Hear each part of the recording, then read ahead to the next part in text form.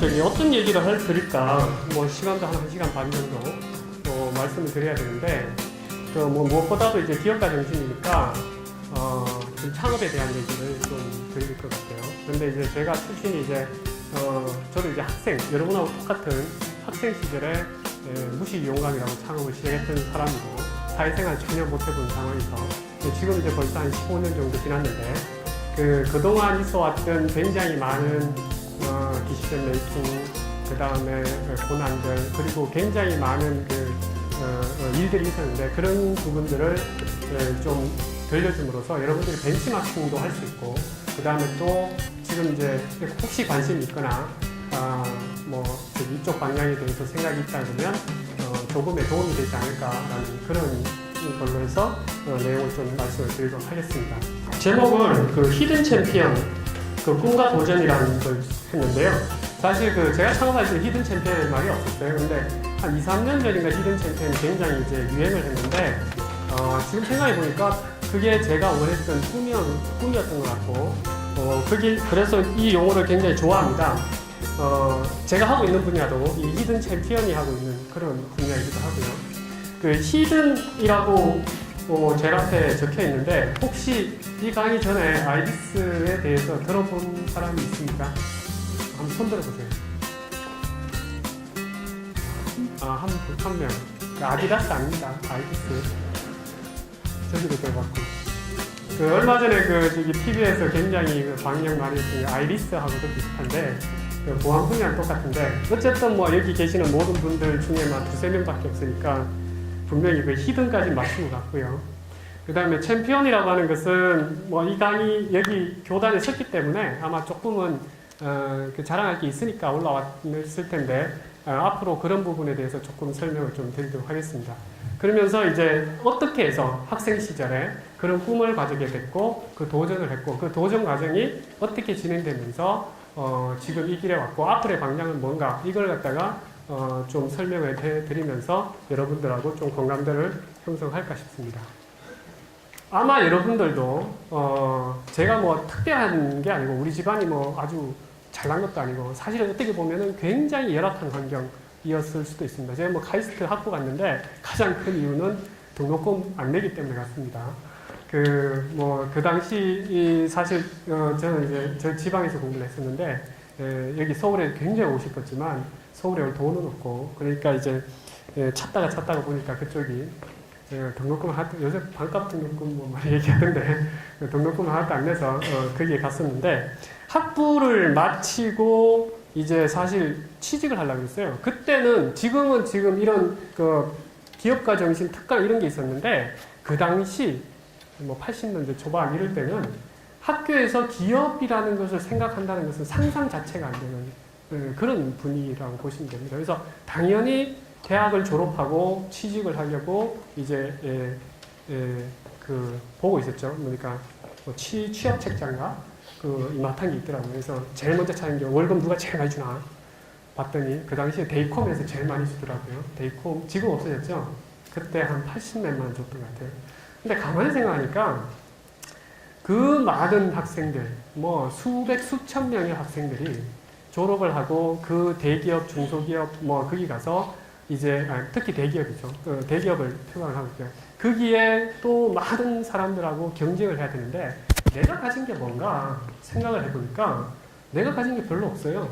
이게 이 백그라운드도 그렇게 좋지도 않고, 그래서 이거 조금 더 스펙을 좀 쌓아야겠다. 그래가지고 대학원을 사실은 갔던 게 있어요.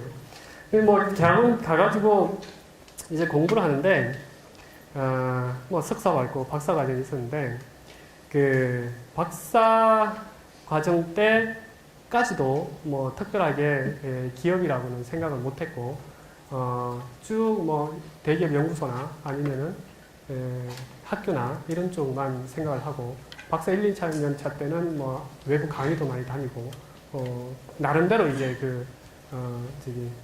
스펙을 쌓아왔던 거죠. 그런데 저한테 가장 큰 변화가 있었던 것이 95년도에 실리콘밸리에 있는 벤처기업에, 사실 지금 파견 연구원인데 실질적으로 인턴이에요.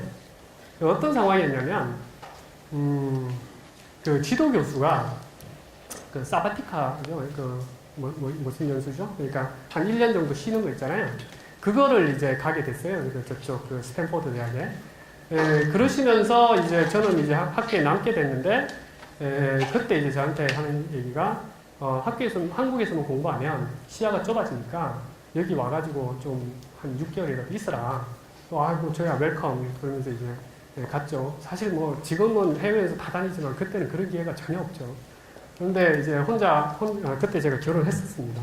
그래서 와이프하고 둘이서 거기 갔었는데, 95년도에 갔던 회사가 지금 한국에도 있어요. PSI라는 회사였는데, 원자현미경을 만드는 회사였어요. 그러니까 나는 고등학교 때 전자현미경도 들어보고 광학현미경도 들어봤는데, 원자현미경이라는 말은 사실 처음 들어봤어요.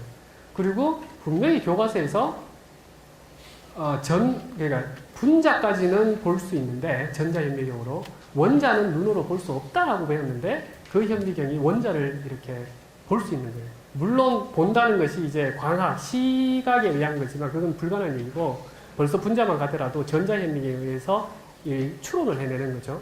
근데 이제 원자현미경은 그 원자력 간의 힘을 통해 가지고 그 원자의 형태를 찾아내는 정말 최첨단의 그 기술을 갖고 있던 그런 회사였어요.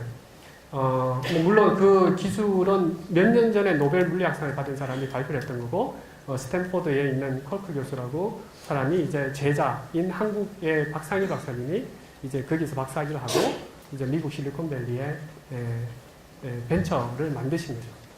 거기에 이제 가게 되는데, 뭐 나도 엔지니어 출신이니까 거기 가면 기술적으로도 사실 상당히 이제 세례를 받은, 뭐 어떻게 보면 놀랐던 건데, 사실 거기 가서 그 첨단 기술에 대해서 사실 놀란 게 아니라, 정말 우물한 개구리였죠.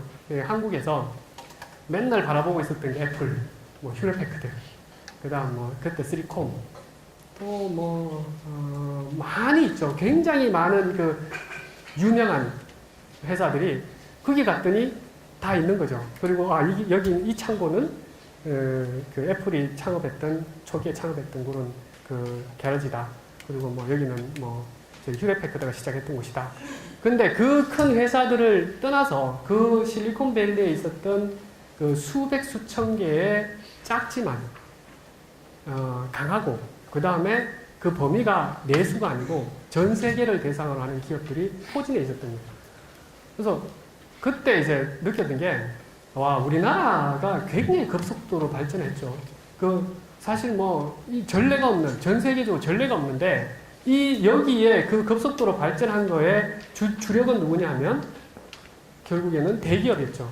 그러니까 그 대기업은 대단한 역할을 했어요. 지금도 그 역할을 하고 있고, 그 대기업들하고 일본에도 대기업들이 많이 있는데 일본을 능가할 수 있는 그런 대기업들이 생겼기 때문에 현재 우리나라가 있다라는 생각을 했는데, 실리콘밸리에서 본 기업들은 그런 대기업도 아니고 중소기업이라고 하는데 보니까 우리나라의 중소기업은 두 가지였어요 그때. 그러니까 대기업의 하청기업 업체든가 아니면은 그 인건비 따먹기 해가지고 굉장히 싸게 만들어가지고 이제 수출하는 그런 부분의 역할이 있었지, 정말로 기술이라는 걸 갖고 세계적인 기업, 뭐 크지 않지만 그런 기업들이 도대체 몇 개가 되느냐. 1등 기술이 그 당시에 뭐 30몇 개인가 있었는데 그 중에서 대기업이 대부분 다 갖고 있고, 그런 작은 기업들이 그런 기술을 갖고 있는 회사를 못 찾았는데, 실리콘밸리의 그 수천 개, 수만 개가 결국에는 미국을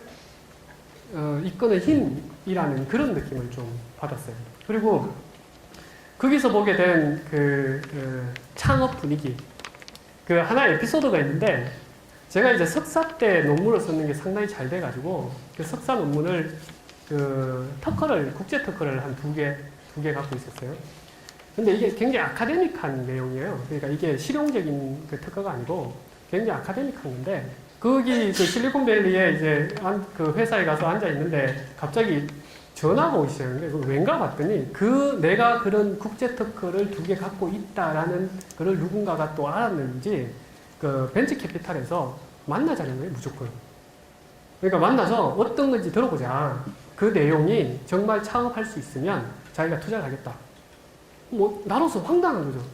뭐 아니 뭐 그 기술이 뭔지도 모르는데 창업 투자라는 말도 처음 들어봤고, 그래서 그 전화를 받으면서 계속해서 나는 이거는 굉장히 아카데믹한 거라서 아니다라고 하면서 설명하는데 꽤 며칠을 보냈던 그런 기억이 있을 만큼 그 분위기들, 그 스탠포드 대학이 있고 그 스탠포드 대학의 학생들이 학교에서 배운 부분이나 뭐 여러 가지를 나와서 창업하고 그 회사들이 내가 있었던 PSI 회사도 매출이 그 당시 한 1200만 불? 한 120억, 130억 하던 회사밖에 안 돼요. 근데 그 안에는 전 세계의 그 바이어들이 와가지고 그 제품을 배우고 사가고 뭐 이런 그런 것이 너무 좋아 보이는 거예요.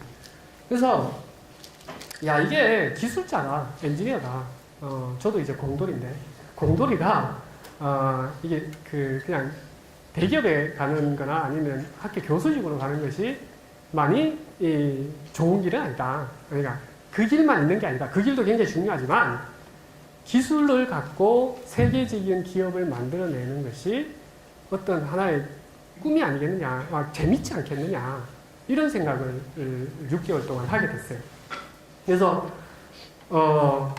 뭐 좀 허황된다고 할 수 있는 게 뭐 제가 그 큰 배경은 우리 집안에서 사업하시는 분이 한 분도 안 계셨고, 그 다음에 알다시피 뭐 저는 뭐 돈이 하나도 없어가지고 이 대학도 이제 장학금 받고 가기 위해서 갔던 사람이고, 개인적으로는 전혀 뭐 자본금도 없었고, 뭐 환경적으로나 자금적으로나 없었는데 그냥 여기 가서 그 기업, 그런 회사들이 부럽고 해서 이제 막상 시작하자라고 하고 한국에 이제 돌아오게 됐습니다. 돌아왔는데 돌아와가지고 이제 뭐 여기도 아마 연구실을 보면 아마 여기 학부생들도 아마 연구실 생활하시는 분들 좀 있을 거예요. 연구실이라는 게 뭐 별거 없잖아요. 맨날 가가지고 거기서 이제 뭐 프로젝트하고 그 앞에 있는 커피 자판기에서 커피 뽑아서 소파에서 밤새 그냥 떠들고 이러는데, 창업을 하기로 하고 무슨 아이템을 할 거냐 아무것도 생각하지 않았어요. 그냥 나는 이 방향으로 가야겠다. 그리고 이제 들어와가지고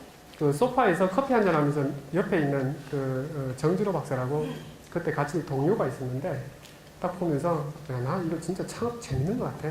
같이 안 해볼래? 이랬더니 그 자리에서 0.5초 내로 그러지 뭐 이러는 거예요. 그래서 못 믿고 뭐 이랬는데, 그래서 이제 그 친구가 지금 현재 이제 아이리스의 연구소장을 하고 있습니다. 그리고 이제 그러면서 이제 막 떠들면서 노는데 조금 있다가 연구실에 유병순 박사가 이제 막 쫓아오더니, 그 당시에 이제 학생이었죠. 쫓아오더니 나도 끼워줘. 뭔지 재밌을 것 같아. 이래가지고 3명이서 이제 그럼 뭐 할까? 이렇게 이제 시작이 된 거예요. 그래서 이 96년도는 우리가 97년도에 창업했는데 96년도는 방향은 정했고 뭘 할 건지 사업 아이템을 찾는데 1년을 준비를 했어요. 그러니까 보통 이제 학위를 받았다 그러면 박사학위 받은 그 기술 내용을 갖고 창업을 하셨구나 이렇게 다 질문하는데 사실 그렇지는 않았어요. 어떻게 보면 사실 제가 갖고 있는 기술이라는 게 그게 목표가 돼서는 안 되기 때문에 아이템이라는 것은 시장 위주로 나중에 뭐 얘기하겠지만 시장이 위주가 돼야지 절대 기술이 위주가 돼서 그 아이템을 찾는다는 것은 좀 성공할 가능성이 낮다라고 생각합니다. 그래서 그때부터 이제 아이템을 찾는데 구상을 했어요. 아마 여러분들도 이쪽 부분에 관심이 있으면 가장 중요한 게 어떤 아이템을 할까 그 아이디어가 쓰일 것 같습니다.